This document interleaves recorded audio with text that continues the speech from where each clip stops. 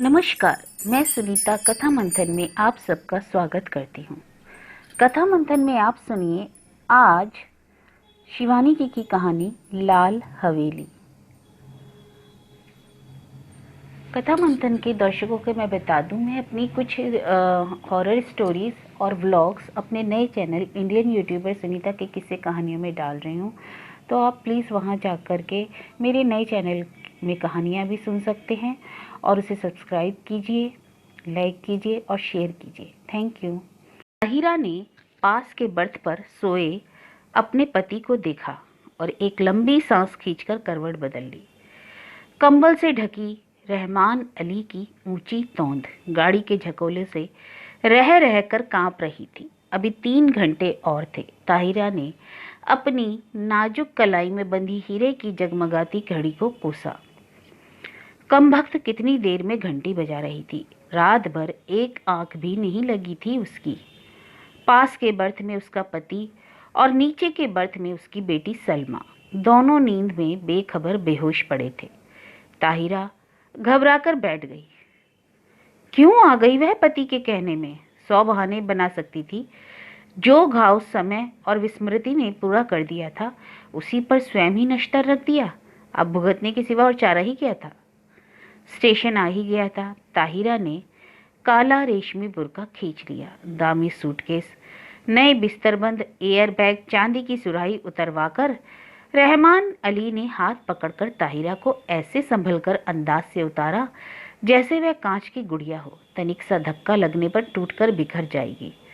सलमा पहले ही कूदकर उतर चुकी थी। दूर से भागते हाफते हाथ में काली टोपी पकड़े एक नाटे से आदमी ने लपककर रहमान अली को गले से लगाया और गोद में लेकर हवा में उठा लिया। उन दोनों की आंखों से आंसू बह रहे थे। ओह, तो यही मामू बित्ते हैं, ताहिरा ने मन ही मन सोचा, और है भी बित्ते भर के। बिटिया को देखकर मामू ने झट से गले लगा लिया। बिल्कुल इस्मत है रहमान, वे सलमा का माथा चूम चूम कर कह रहे थे। वही मोहरा, वही चेहरा, वही नैनक्श। इस्मत नहीं रही तो खुदा ने दूसरी इस्मत भेज दी। ताहिरा पत्थर की सी मूरत बनी चुप खड़ी थी। उसके दिल पर जो दहकते अंगारे दहक रहे थे, उन्हें कौन देख सकता था? वही स्टेशन, वही कनेर का पेड़। 15 साल से इस छोटे से स्टेशन को भी क्या कोई नहीं बदल सका? चलो बेटी, मामू बोले। बाहर कार खड़ी है। जिला तो छोटा है, पर अल्ताफ की पहली पोस्टिंग यही हुई है। इंशाअल्लाह अब कोई बड़ा शहर मिलेगा। मामू के इकलौते बेटे अल्ताफ की शादी में रहमान अली पाकिस्तान से आया था। अल्ताफ को पुलिस कप्तान बनकर भी क्या इसी शहर में आना था? ताहिरा फिर मन ही मन कुड़ी। घर पहुंचे तो बूढ़ी नानी खुशी से पागल सी हो गई। बार बार रहमान अली को गले लगाकर चूमती थी और सलमा को देखकर ताहिरा को देखना भूल गई। या अल्लाह, ये क्या तेरी कुदरत!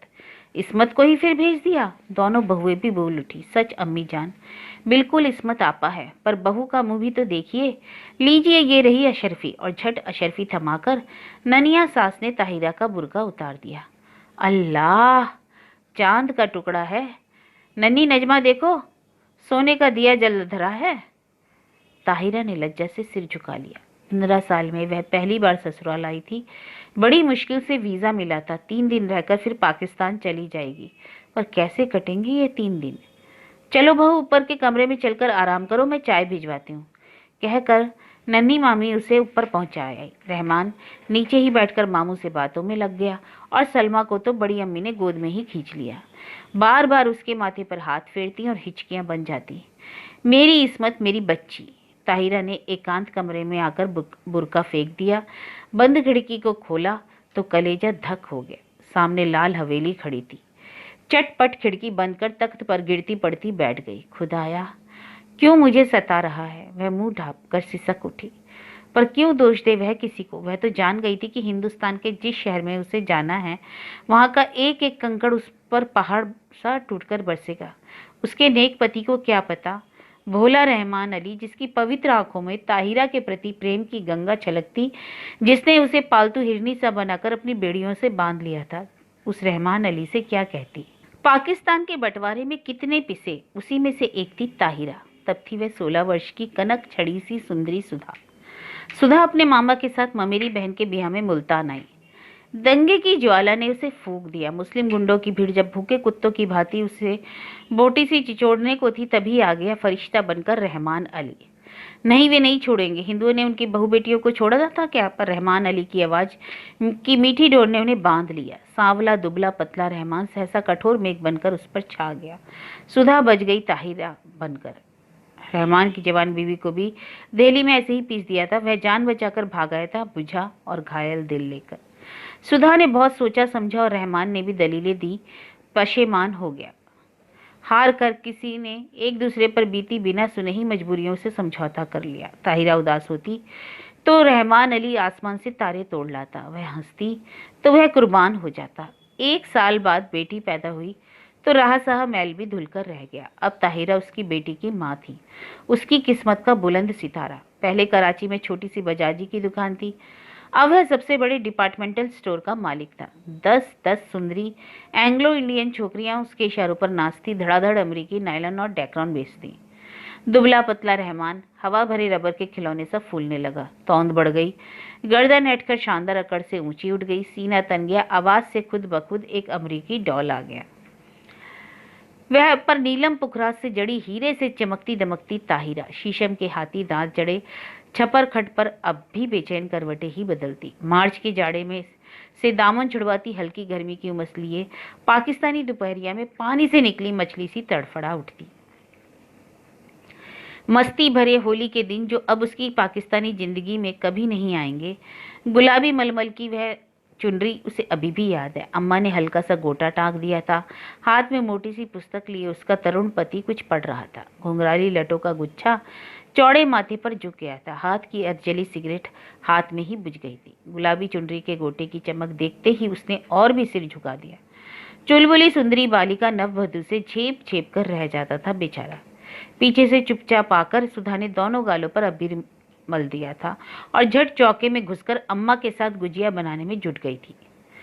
वहीं से सास की नजर बचाकर भोली चितवन से पति की ओर देख चट से छोटी सी गुलाबी जीभ निकालकर चिढ़ा भी लिया था उसने। जब वह मुल्तान जाने को हुई तो कितना कहा था उन्होंने, सुधा मुल्तान मत जाओ। पर वह क्या जानती थी कि दुर्भाग्य का मेघ उस पर मंडरा रहा है। स्टेशन पर छोड़ने आए थे, इसी स्टेशन पर, यही कनेर का पेड़, यही जंगला। मामा जी के साथ गठरी सी बनी सुधा को घूंघट उठाने का अवकाश नहीं मिला। गाड़ी चली तो साहस कर उसने घूंघट जरा सा खिसकाकर अंतिम बार उन्हें देखा था। वही अमृत की अंतिम घूंट थी। सुधा तो मर गई, अब ताहिरा थी। उसने फिर कांपते हाथों से खिड़की खोली। वही लाल हवेली थी उसके ससुर वकील साहब की। वही छत पर चढ़ी रात की रानी की बेल, तीसरा कमरा जहां उसके जीवन की कितनी रसभरी रातें बीती थी। ना जाने क्या कर रहे होंगे, शादी कर ली होगी, क्या पता बच्चों से खेल रहे हो। आंखें फिर बरसने लगी और एक अनजाने मुंह से वह जूझ उठी, ताहिरा, अरे कहाँ हो? रहमान अली का स्वर आया। हड़बड़ाकर आंखें पहुंच ताहिरा बिस्तर बंद खोलने लगी। रहमान अली ने गीली आंखें देखी तो घुटना टेककर उसके पास बैठ गया। बीबी, क्या बात हो गई? सिर तो नहीं दुख रहा है? चलो चलो लेटो चलकर। कितनी बार समझाया है यह सब काम मत किया करो, पर सुनता कौन है। बैठो कुर्सी पर, मैं बिस्तर खोलता हूँ। मखमली गद्दे पर रेशमी चादर बिछाकर रहमान अली ने ताहिरा को लिटा दिया और शरबत लेने चला गया। सलमा आकर सिर दबाने लगी। बड़ी अम्मा ने आकर कहा, नजर लग गई है। और क्या? नन्ही नजमा ने दहकते अंगारों पर चून और मिर्च से नजर उतारी। किसी ने कहा, दिल का दौरा पड़ गया, आंवले का मुरब्बा चटाकर देखो। लाड़ और दुलार की थपकियां देकर सब चले गए। पास में लेटा रहमान अली खर्राटे भरने लगा तो दबे पैरों वह फिर खिड़की के पास जा खड़ी हुई।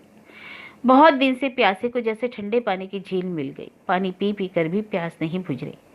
तीसरी मंजिल पर रोशनी जल रही थी। उस घर में रात का खाना देर से ही निपटता था। फिर खाने के बाद दूध पीने की भी उन्हें आदत थी। इतने साल गुजर गए, फिर भी उनकी एक एक आदत उसे दो के पहाड़े की तरह जुबानी याद थी। सुधा, सुधा कहाँ है तू? उसका हृदय उसे स्वयं धिक्कार उठा। तूने अपना गला क्यों नहीं घोट दिया? मर क्यों नहीं गई कुएं में कूद कर? क्या वहां के कुएं सूख गए थे? तूने धर्म छोड़ा, संस्कार रह गए। प्रेम की धारा मोड़ दी पर बेड़ी नहीं कटी। हर तीज, होली, दिवाली तेरे कलेजे पर भाला भोग कर निकल जाती है। हर ईद तुझे खुशी से क्यों नहीं भर देती? आज सामने तेरे ससुराल की हवेली है, जा उनके चरणों में गिरकर अपने पाप धो ले। ताहिरा ने सिसकियां रोकने को दुपट्टा मुंह में दबा लिया। रहमान अली ने करवट बदली और पलंग चरमराया। दबे पैर रखती ताहिरा फिर लेट गई।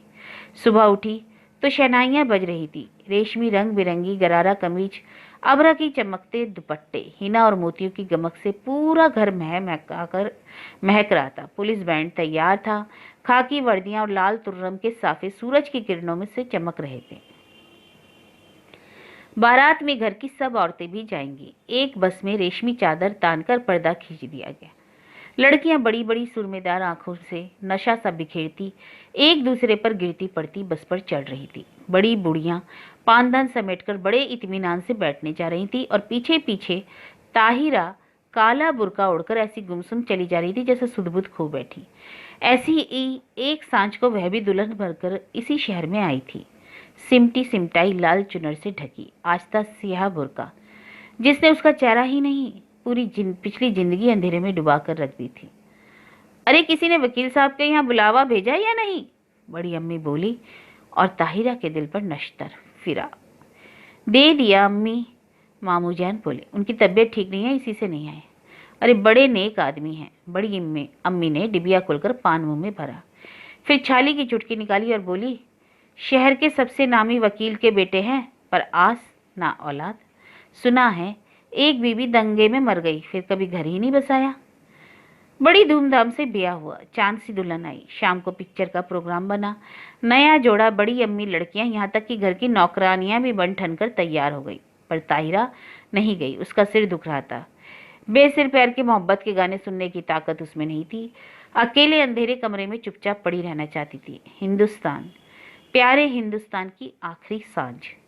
जब सब चले गए तो तेज बत्ती जलाकर वह आदमकद आईने के सामने खड़ी हो गई। समय और भाग्य का अत्याचार भी उसका अलौकिक सौंदर्य नहीं लूट सका। वह बड़ी बड़ी आंखें, गोरा रंग और संगमरमर सी सफेद देह। कौन कहेगा वह एक जवान बेटी की मां है? कहीं पर भी उसके पुष्ट यौवन ने समय के से मुंह की नहीं खाई थी। कल वह सुबह 4 बजे चली जाएगी। जिस देवता ने उसके लिए सर्वस्व त्याग कर वैरागी का वेश धर लिया, क्या एक बार उनके दर्शन नहीं होंगे? किसी शैतान नटखट बालक की भांति उसकी आंखें चमकने लगी। झटपट बुर्का ओढ़ वह बाहर निकल आई। पैरों में बिजली की गति आ गई, पर हवेली के पास आकर पसीना पसीना हो गई। पिछवाड़े की सीढ़ियां उसे याद थी, जो ठीक उनके कमरे की छोटी खिड़की के पास आकर रुकती थी। एक एक पैर 10 मन का हो गया। कलेजा फटफट कर मुंह को आ गया। पर अब वह ताहिरा नहीं थी। वह 16 वर्ष पूर्व की चंचल बालिका नववधु सुधा थी, जो सास की नजर बचाकर तरुण पति के गालों पर अबीर मलने जा रही थी। मिलन के उन अमूल्य क्षणों में सैयद वंश के रहमान अली का अस्तित्व मिट गया था। आखिरी सीढ़ी आई।